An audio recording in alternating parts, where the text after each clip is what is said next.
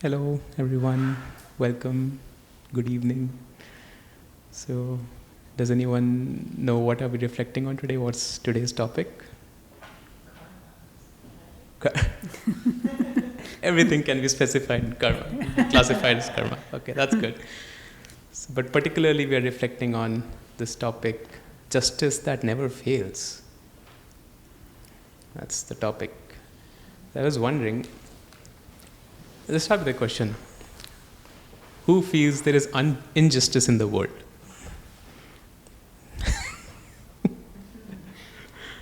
And how many of us have found ourselves sometimes in a place, in a situation, could be in a relationship, could be at a work, could be in general, where we feel that injustice has been done to us.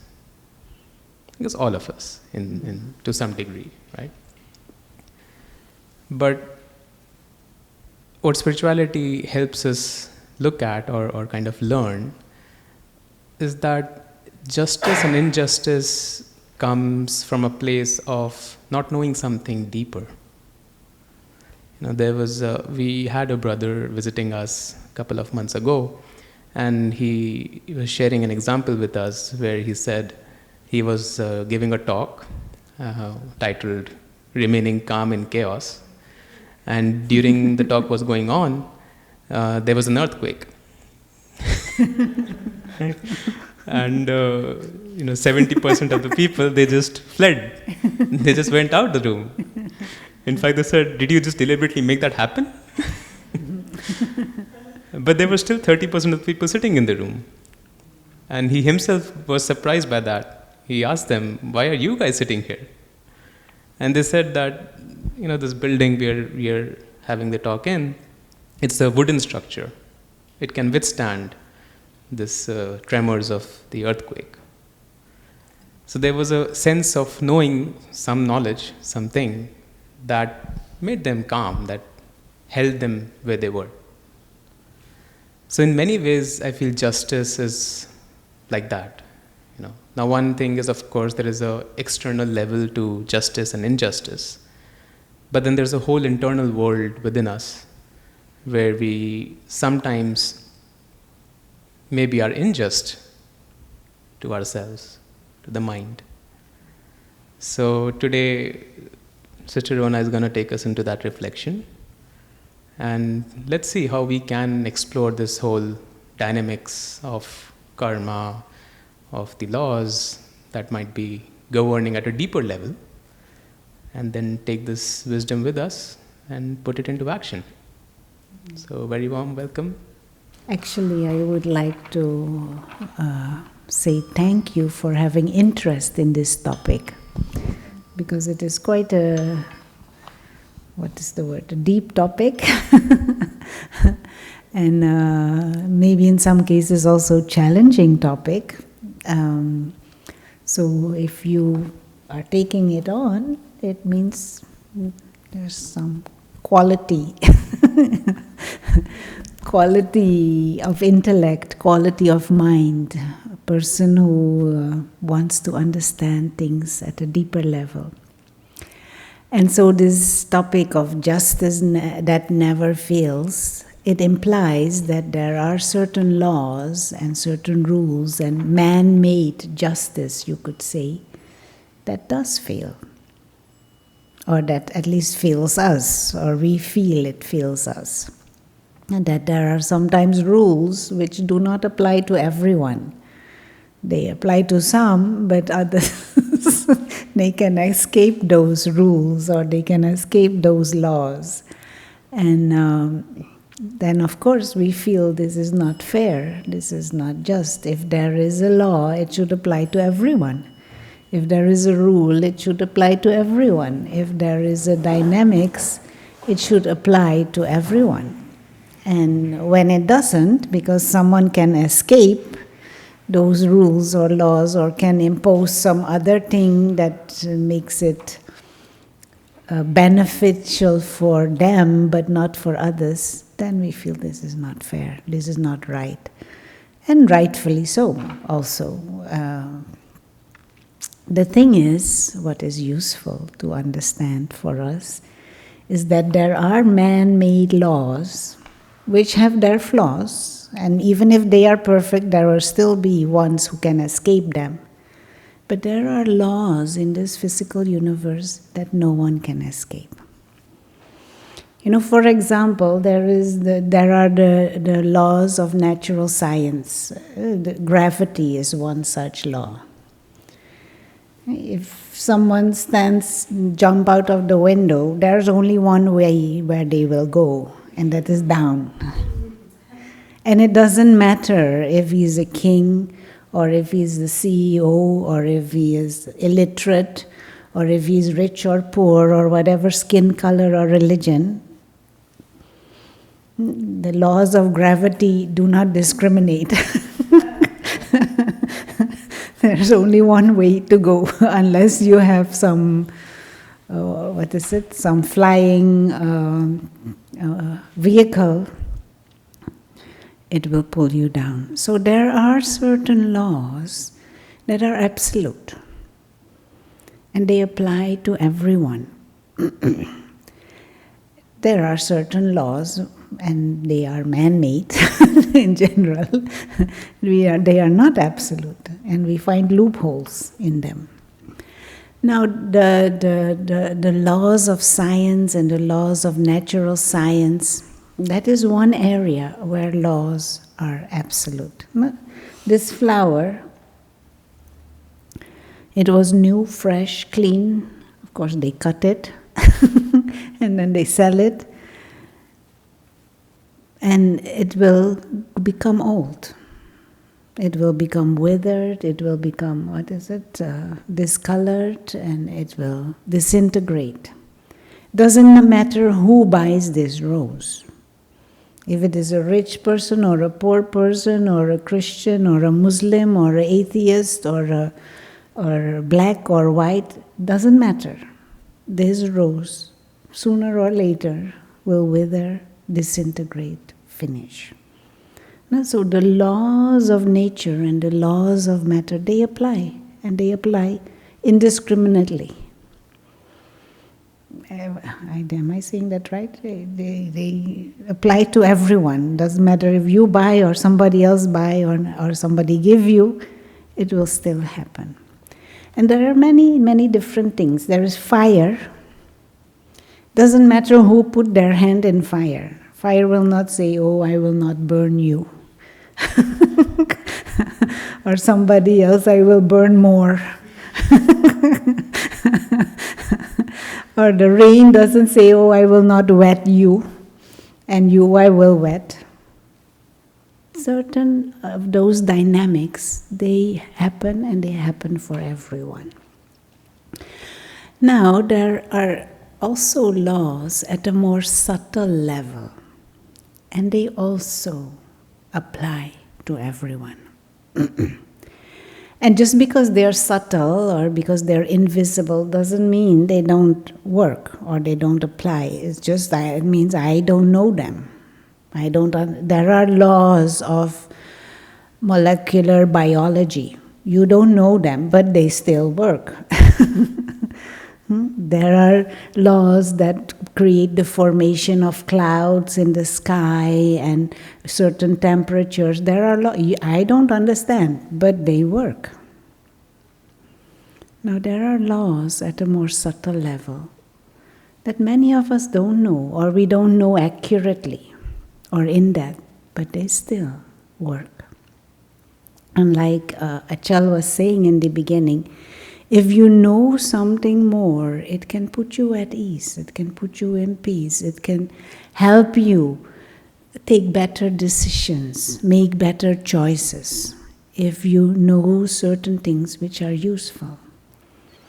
And this law, which is called the law of karma, is a law that is extremely useful for us to know and to understand in depth and not in depth, in detail and accurately.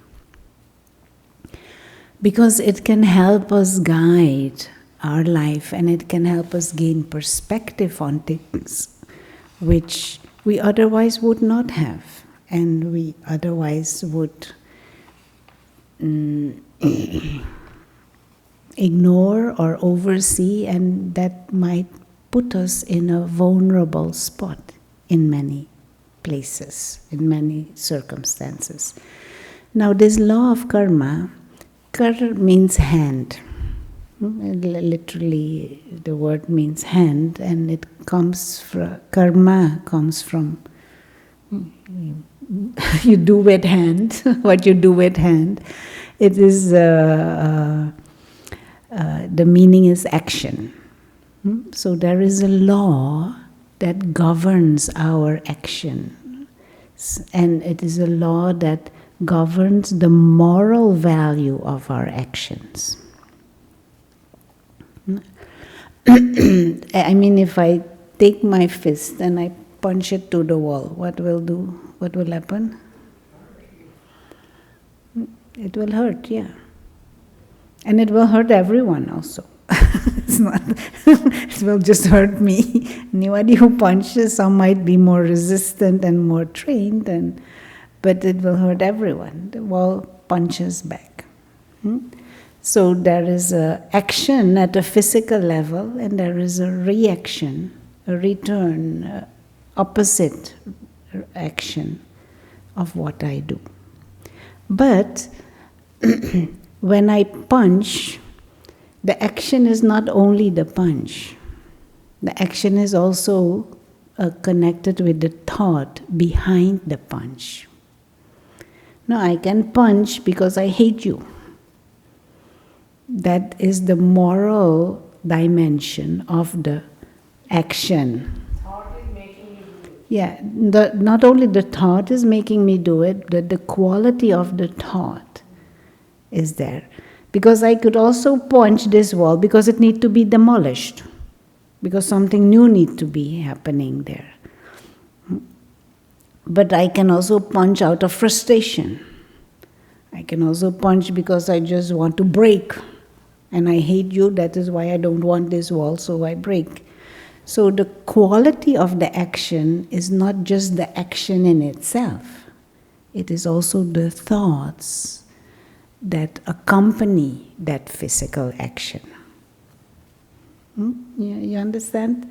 And there is a law that governs that moral dimension of the action. Your intentions behind your actions, your thoughts behind the action, and even at a deeper level, your perspective that you hold, your deeper,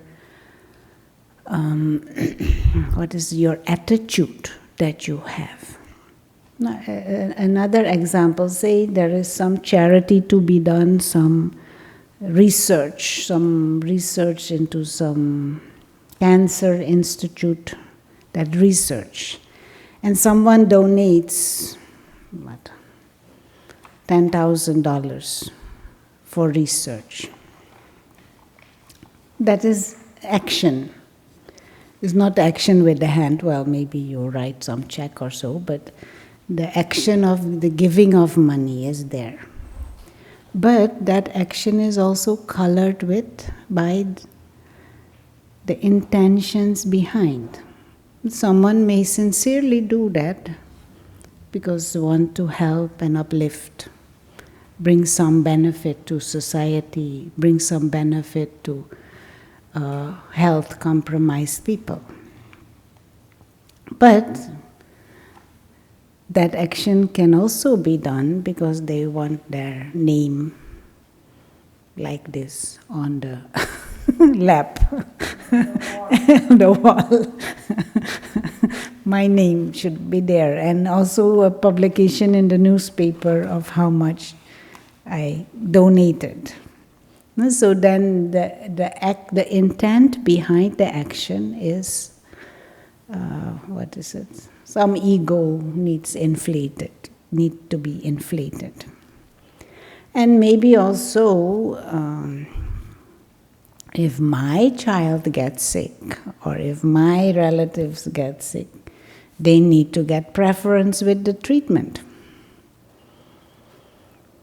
And so then the quality of the action is different than someone who just altruistically gives, no strings attached.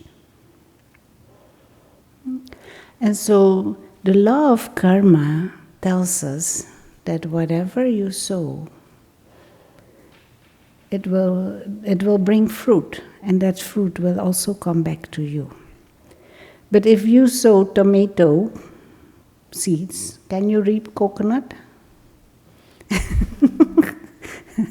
If you sow spinach, can you get mango?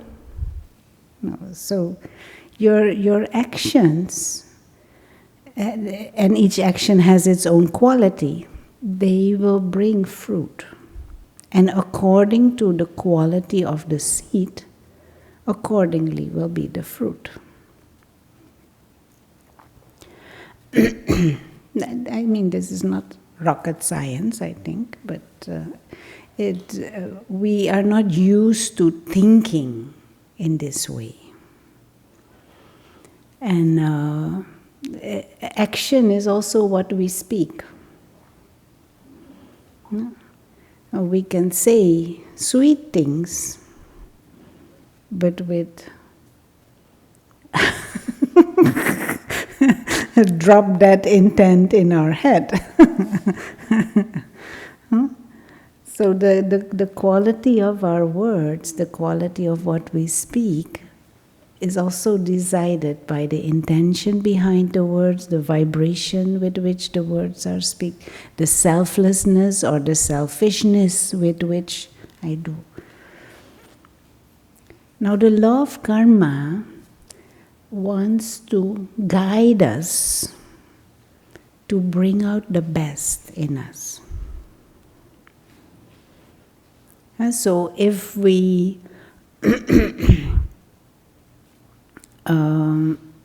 it will give us back what the quality that we put out, with the intention for us to learn that this may not be the best way. So when things come back to us, or when things come to us, we sometimes say, why did this come to me? This is not right. It shouldn't be like that. But it would be useful to say, okay, why am I getting this fruit? What seeds have I sown? And if I don't like this fruit, let me sow some different seeds. Because often there is this book actually, why do bad things happen to good people? And many of us think like that, no? Why does this thing happen to someone always so good? Or even we can think of ourselves, I am not doing anything bad, I am always doing such good things. And which may be true at the physical action level. But are we always, all the time, thinking good thoughts?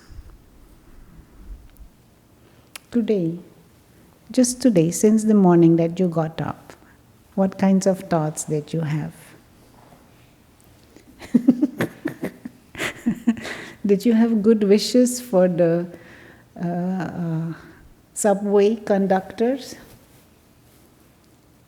You probably, some of us may have used the subway or the train or public transport. Did you have good wishes for them, or did you complain? They're always late. Complain, but I didn't wish. Yeah, not even, yeah. But just check that level also, because what comes back to us is also what we have been putting out. If we are putting out thoughts of frustration, what is it that will come back to us sooner or later?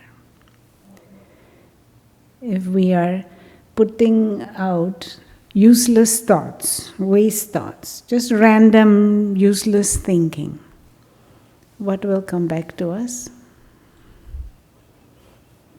Random useless vibes of everyone around, and there are plenty around in this city. And that is just one simple level, the quality of your thoughts. Or we walk around, or we meet people, we interact with people, and you judge them. Even by their appearance, no? Eyes go scanning upside down, downside up, down, up.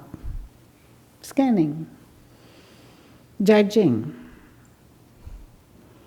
It may appear innocent, but there is an attitude behind that. That others will also do with me.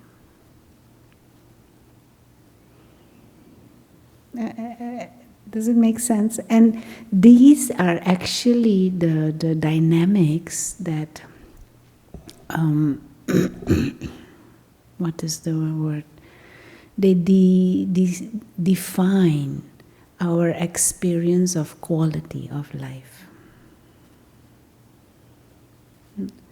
And for many of us, our life is relatively structured. But still, it is very useful. What seeds am I sowing? At the level of thoughts, at the level of attitude, at the level of vibrations, at the level of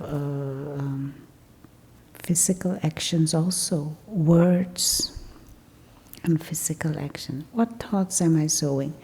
And in certain religious traditions, there is this thought, treat others the way you want to be treated.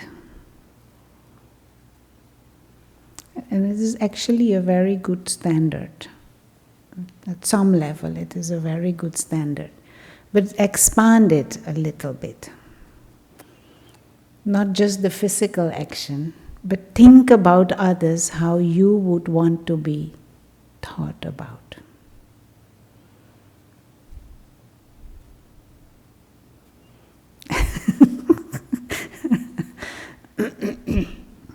Have the attitude towards others, the attitude that you would want others to have towards you.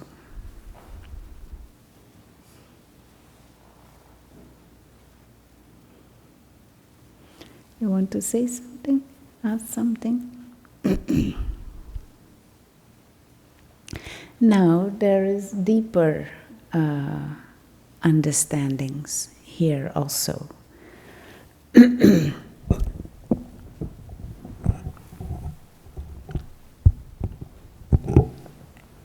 And we can only start experimenting with this little by little by little. But in deeper behind what is said and what is meant by this is that my internal factors decide what I put out. And then that is what brings a reaction or a return. Now, what type of internal factors could I have and hold to bring the highest return, the best return?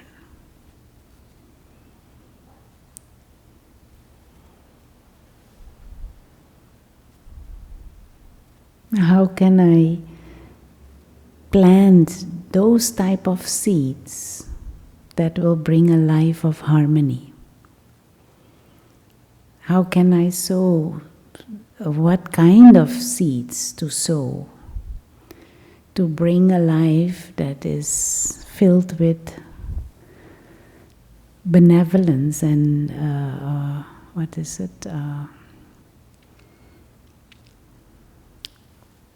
wealth, health, prosperity, also harmony in relationships. What thoughts, what seeds to sow, to invite that? Thoughts of kindness, cooperation. Thoughts of kindness. Cooperation, helping. Mm-hmm.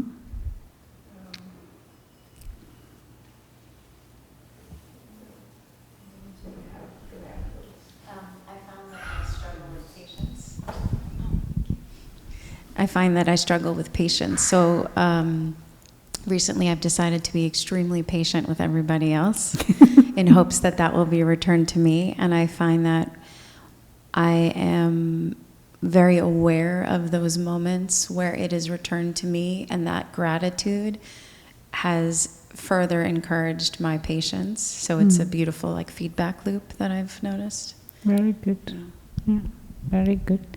It's useful to experiment with these things.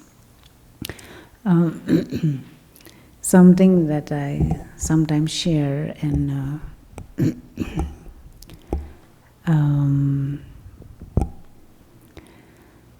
this was some years back, many years back. This was in the Caribbean, and at that time I was working in a clinic, and I had an old car, 20 years old car, but it was working fine.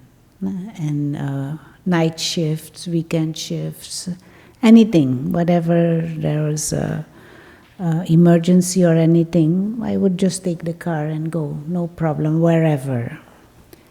And so one day I come to work and my colleague has a new car, some flashy new car. So he says to me, you should get rid of this old car. It doesn't look good. You earn enough money, you should not be driving this old car. I said, well, nothing wrong with this car. He said, no, it is old and it will soon break down, get rid of this thing. Anyway, we go to work all day working, and for some reason both of us end at the same time and we walk out. And again, we're walking to the cars. They were parked next to each other. Of course, this beautiful new flashy car next to this old car. And he makes a comment again. You should not get... I said, why? It is working fine. So I get in the car and... he gets in his new car and his car doesn't start. So I said, look at this. This ego pops up, and look at this, your new flashy car, and doesn't work, and my car always works.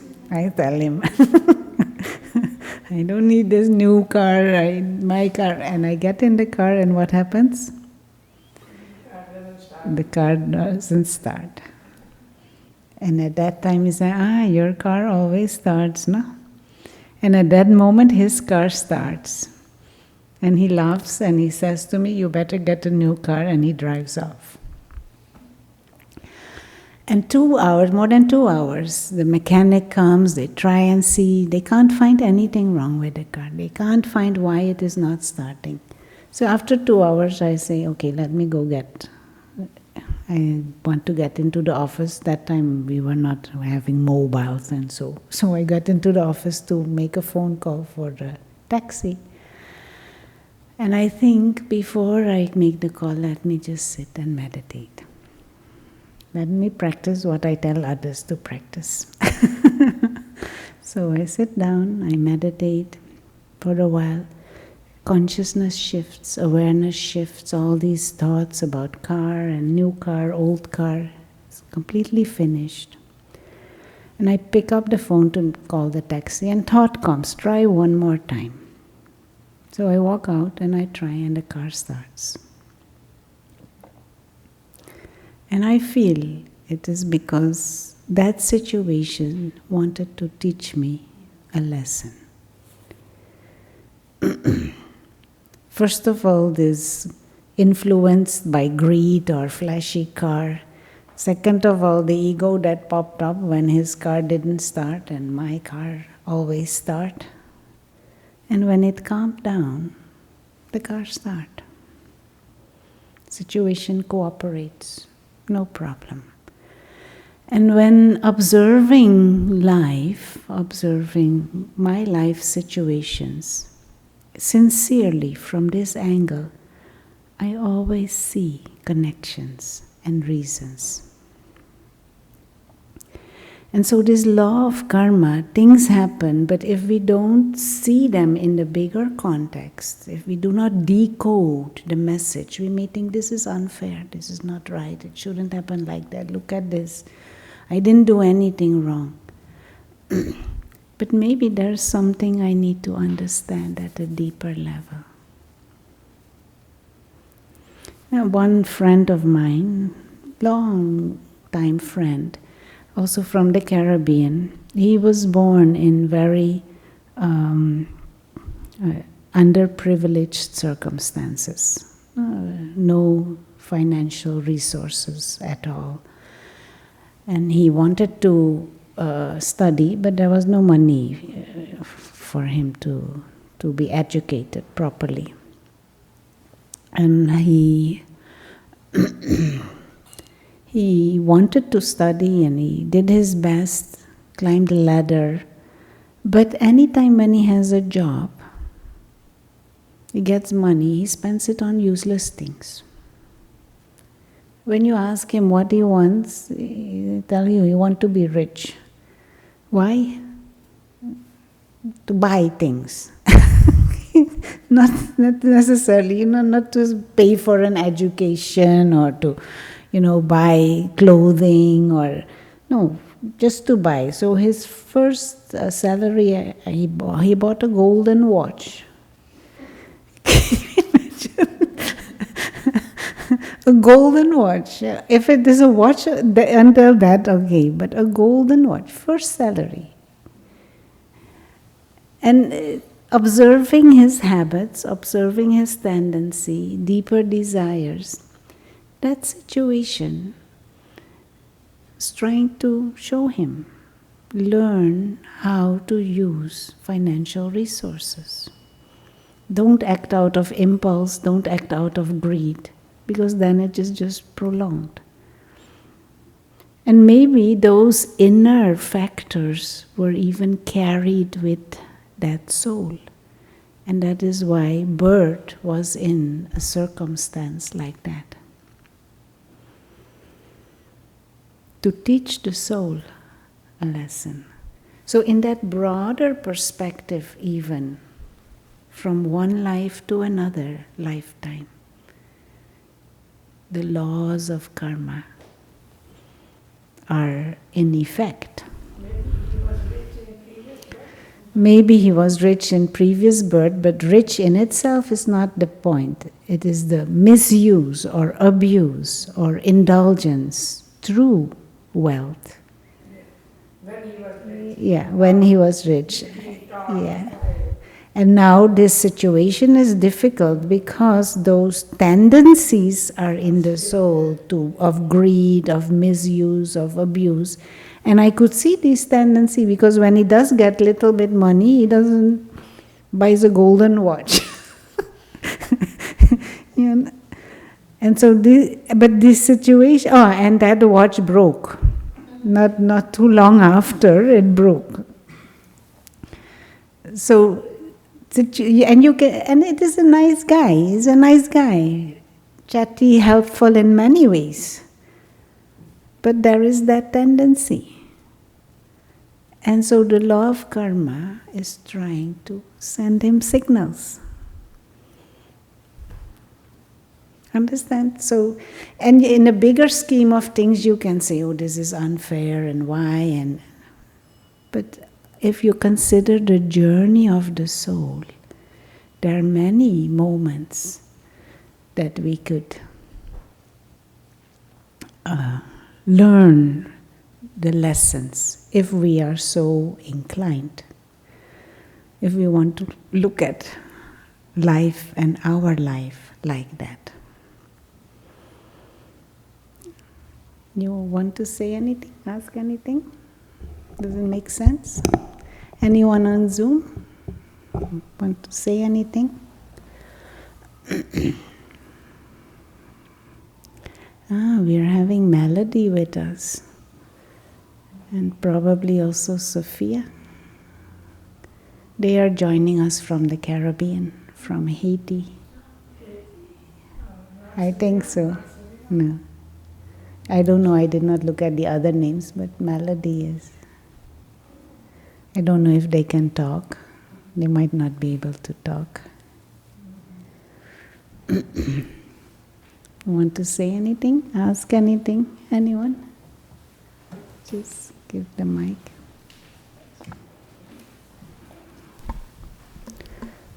Ah, Melody. Om Shanti. Om Shanti. Hello. From Haiti. Yeah, she's joining us from Haiti. I did have a comment. Uh-huh. It's as if you, because I was hesitating on turning on my camera. I was like, do I have to turn on the camera to ask the question? And then you said, I see Melody. I'm like, ooh, okay. And the question is, sometimes our intentions can be, we can sometimes deceive ourselves in the intention. Of course. As we're convinced that we're doing the right thing with the right intention, but yet again, something might be in there that makes things that influence the karma. And yes, this is this can be tricky. And I just wanted to ask a question as I made the comment, though I don't know exactly how to ask the question. Yeah. Yes. No, understood. And of course, we can sometimes deceive ourselves and are not really very clear as to what deeper intentions are behind. And this is actually where the deeper spiritual practice comes in. And we haven't touched on that yet in today's talk, but at the deepest level is our sense of identity and our sense of purpose and our awareness of the big picture. So once we are operating from that place that we call soul awareness or soul consciousness, and more we grow into that soul consciousness, more we grow into that soul aware state, from there thoughts, words, intentions, attitude will also be more and more in alignment with benevolence. And so at the deepest level we can work is at that level of our sense of identity. Are we operating from a false and limited identity, or are we operating from the spiritual identity, from soul consciousness? And if we're operating from the spiritual identity and soul consciousness, then our intention will be the highest. Our thoughts will be the highest. Our attitude will be the highest. But if we just check at the level of thought or at the level of intention, we can be tricked. We can deceive ourselves. But if we consistently nurture our awareness at a spiritual level, through meditation, through our spiritual studies, then we have the biggest picture.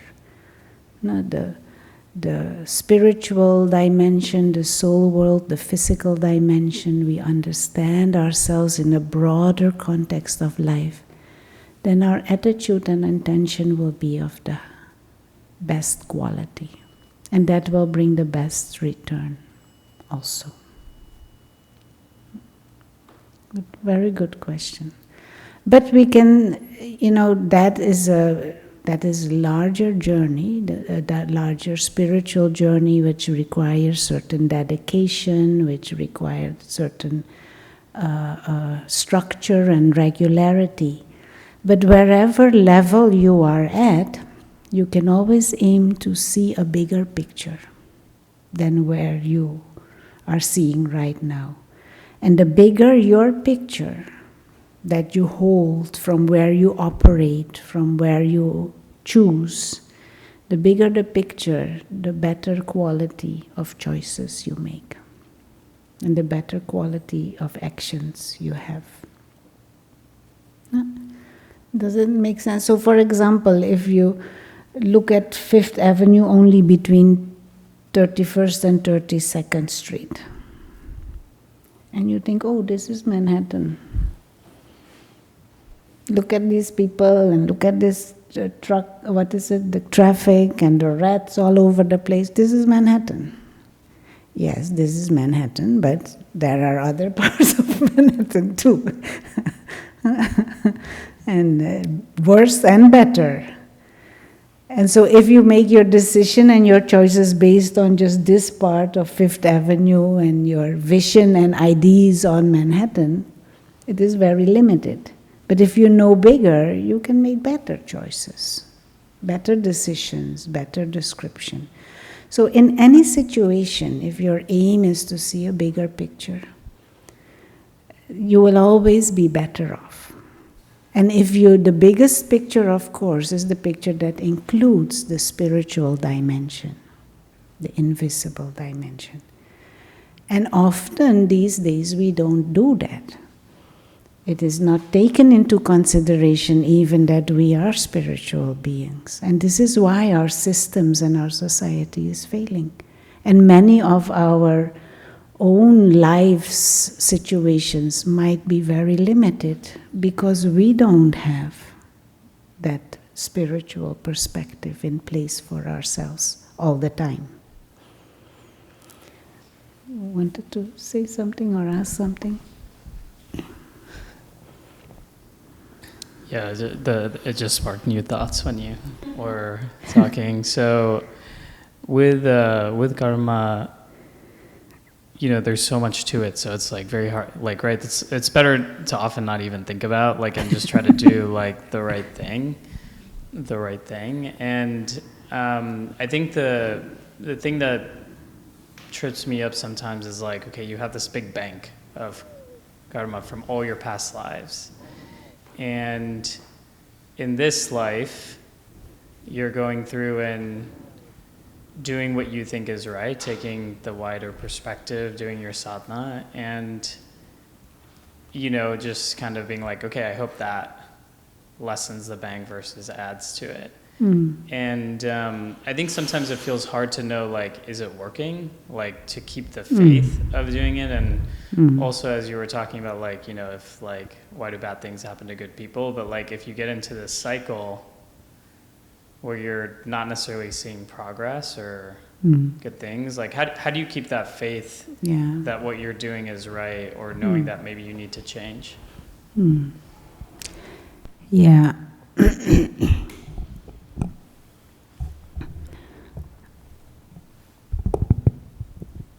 First of all, doing what is right in itself can become vague for us, no? And of course there are some discourses and some movements where they say nothing is wrong, nothing is right, anything is okay. In the context of Raj Yoga, what we mean by right is what is beneficial, benevolent, but brings benefit for the self, for others, either now or in the future. So, for example, if I eat some ice cream, that brings pleasure now, but it will raise my blood sugar. And so tomorrow it might give some problem. So in the context of the law of karma, that would not be the wisest action, because tomorrow it will give me headache. So if we talk about good karma or bad karma, right or wrong, it is in that context. What brings benefit for the self or for others? Now or in the future, or both. Not to think in that way. Second thing is, we may be thinking in terms of our karmic accounts and our karmic bank account as an accumulation of all the actions I performed from the past. But that is a bit limited, because that would be huge, how many billions and millions and billions of things are there, even from this life. Every day we do so many things.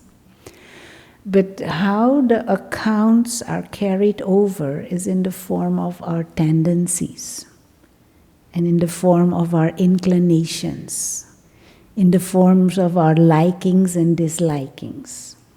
So somebody may have, the account I'm carrying is that I have the habit to be angry all the time, or violent, or that I feel insecure all the time. So that is from what happened before in the past. It is the account now.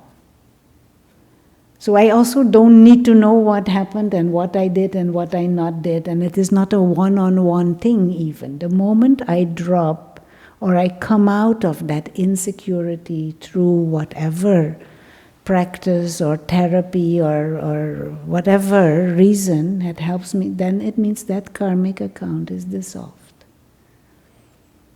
Understand? Now, this also means that what I am doing now is creating also accounts. So even if whatever I've carried from the past, it is not rigid, it can change, it can shift. And for example, this friend of mine that I talked about with his golden watch and money, he can change that. He can use wisdom and understanding to change that. He can use practices, he can do different actions now, and he can shift within himself that greed into maybe a more an attitude of giving. And he can practice that, and then that account shifts. Understand? And how to not give up, I think if we are sensitive to observe these dynamics in real life on different levels, we know it works. We know it is operational. But we need to pay attention, and we sometimes don't, or we only pay attention to certain things. Like I was saying in the beginning, if I just look at the flower and I know there is a law that rules this flower and the life of this flower, I can see examples of the laws of nature and the laws of karma everywhere if I pay attention to it. And the same applies to the more subtle law of karma. And if I look at my life sincerely, with a certain receptiveness, I will see that law working. Maybe not always where I would like it to, or how I would like it to, or maybe I'm not always alert enough, or accurate enough, or determined enough to shift things, but I will see it. Even with my simple things like eating. If I eat in a certain way, I will see it on my skin, I will feel it in my stomach, I will... Health issues or non-health issues, simple things like that, I can see that already. It is there. And what motivates me to eat certain things, some deeper greed, some lack of satisfaction is there, and when I am in a good space, in a good state, I don't feel hungry at all.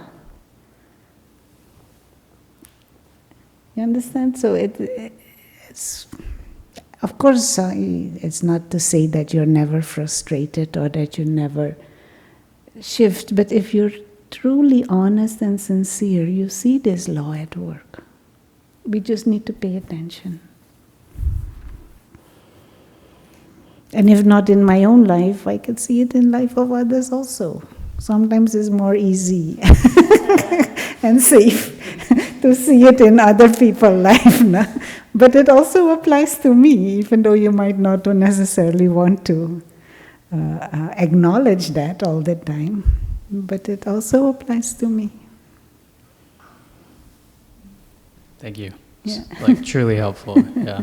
I think it's sometimes very amorphous, so I think that helps be tangible of, like, you know the things you need to work on, and if you're actually working on them, that's what you just need to do, and just do that. Yeah.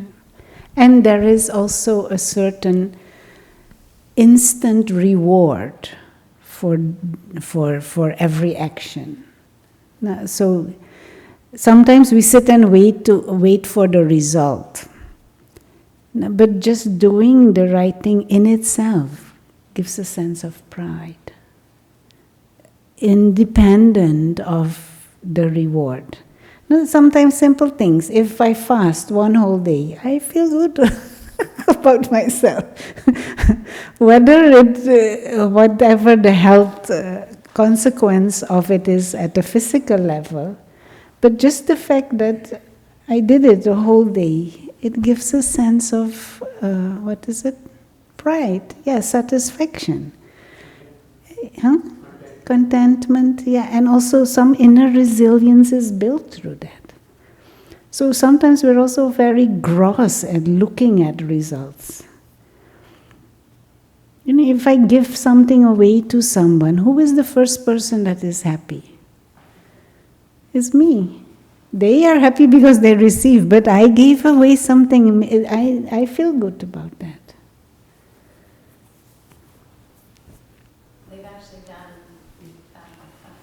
It's for those on Zoom, no, that they can hear. They've actually done like scientific research and done brain MRIs, and they found that nothing in life lights up more pleasure centers in the brain. Not money, not food, not intimacy. None of them light up as many centers in the brain as giving. Yeah.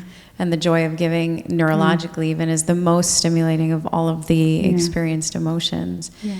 I do have a question.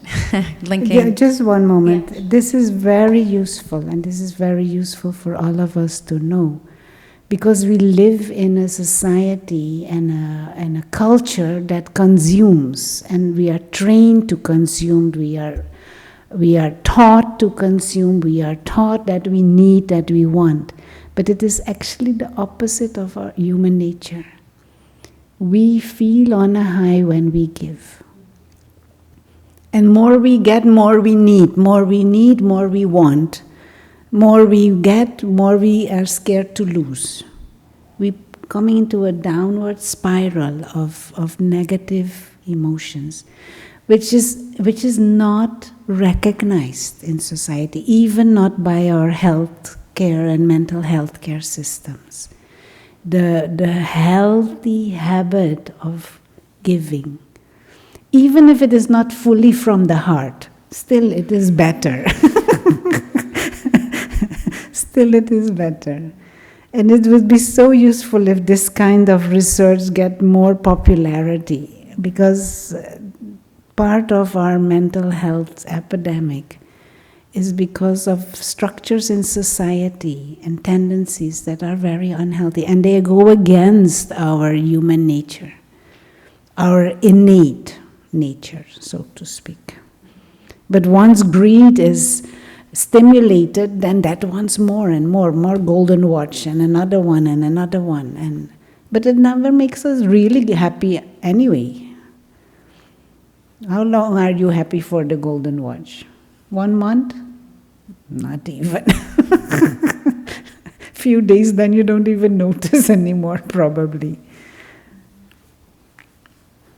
There's a nice expression, very simple. To live is to give, right? Yeah. That is the true experience of life, is to give to others, and that there's a concept of hedonic adaptation. There's only so much time you're going to get joy from ice cream or a gold watch, but giving does not really have a limitation. That will continue to give back to you, indefinitely. But from reading about Vedantic philosophy and this concept of where do I come in, what material possessions do I want next? And I just, linking Melody's question and your question as well, is just this concept of zooming out, just kind of the way you explained it, is zooming out and looking past yourself, looking at the bigger picture. I find that the recurring theme in all of these discussions for me is death of the ego. And like releasing your own importance in that journey. I'm just curious if you can speak a little bit more about the de-emphasis of the self on the journey of attaining one's own karma. Yeah, in the Raj Yoga concept, it's not so much de-emphasizing the self, but emphasizing the real self.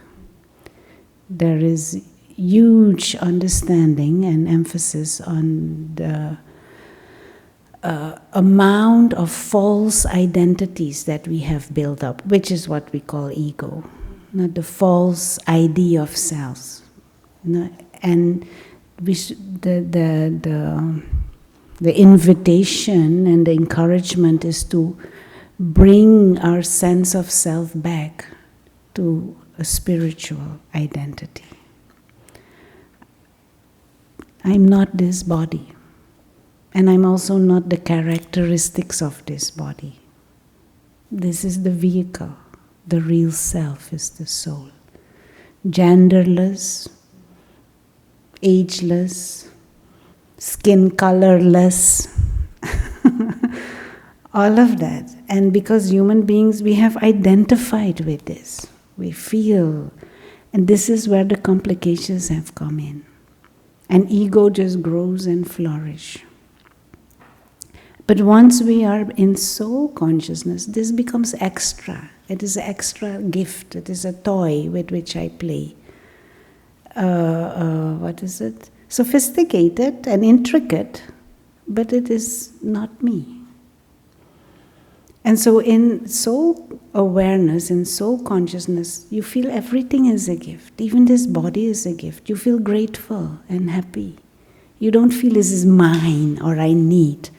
So much is given to me. And then there is joy in sharing. There is joy in giving. There is joy in playing. But that is a shift of consciousness and a shift of awareness of self, which is useful to explore. And from that higher state of awareness, the karmas will naturally be clean and selfless. And that the justice of it is, that is what will come back to you. And so when things come to you that are not so pleasant, don't fight with it. Don't get angry or annoyed with it. But try and find out, what is this telling me? Just like when you put your hand in fire, there is pain. You don't get annoyed at the pain. You just say, okay, let me listen to this pain and take my hand back. It's not so clever to put my hand there. You wanted to say something? Yeah. So I have a tendency of ignoring things, but I feel like by ignoring things, I'm paying more attention to it. And I think that today I had like a very valuable lesson. I don't know if I have time to share, but quickly, I was walking my dog this morning, and this angry lady comes out of nowhere, like, excuse me, shouting. And in the back of my mind, I'm like, I hear this person, I want to ignore it. But by ignoring it, got that lady even more upset. So it just caused this whole commotion. And then we went back and forth a little bit, and then a few minutes go by, I'm thinking what am I doing here? I need to leave. I wasn't meant to be here. I don't want this interaction. I just need to be the bigger person and just walk away, leave. Have a nice day, bye, be angry. But I think that what I was reflecting on is maybe I shouldn't have ignored her.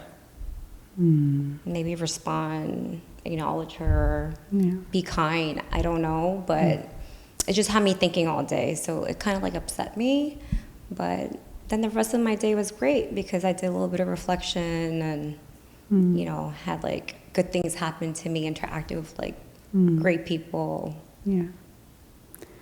No, we can choose in how to respond to situation. Generally, ignoring doesn't sit well with anyone, but we can avoid getting entangled in situations. So you don't need to ignore, but we also don't need to get involved. And just say hello or just briefly listen, but not get entangled also. But at the same time, we cannot always prevent other people getting angry. Because usually they do not get angry because of you. You may be just the trigger, but something in them is there already. So, to also not go into many details, you check your own stage, you check your good wishes, but also be clear what is useful and what is not useful. And we don't go, of course, intentionally make somebody angry. But sometimes people are just in a bad mood, and sometimes they are determined to be in a bad mood. Yeah, exactly. And that's not, there's, then we'll stop. There is this sympathy, apathy, and empathy. These three things. And the example that helps me understand it, say there's a huge hole and somebody fall in the hole and twist the ankle. So somebody comes along and they have apathy, no care attitude. They're listening to their YouTube, whatever, something, and they see and they gone. They just shake their shoulders, no care, gone. That is apathy. So another person comes, that person has sympathy. So they see this person crying, help, help, I can't, ow, my ankle. So they say, oh gosh, look at that. So they jump in the hole also. And they're crying together. Help, help. Help me. So now the third person comes, and that person has empathy. That person also listening, but he takes off his earbuds and he sees, and he calls 911. See, how can I help? But he doesn't jump in the pit also, get into the mess. So sympathy is not useful. Because you also then become angry or you cry, you get depressed with them. Then the problem is bigger. Now they have two people that they have to rescue. Apathy, that is just, I don't even know how to describe. Empathy is good. You see, you observe, what can you do, what can you not do. But don't get distracted from what you're supposed to do with your own life. And of course the pit is very gross, so it is obvious, but getting angry is like getting in the pit, with somebody else already angry in the pit.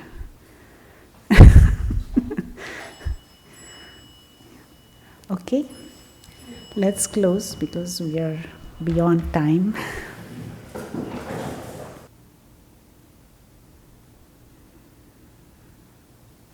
Thank you.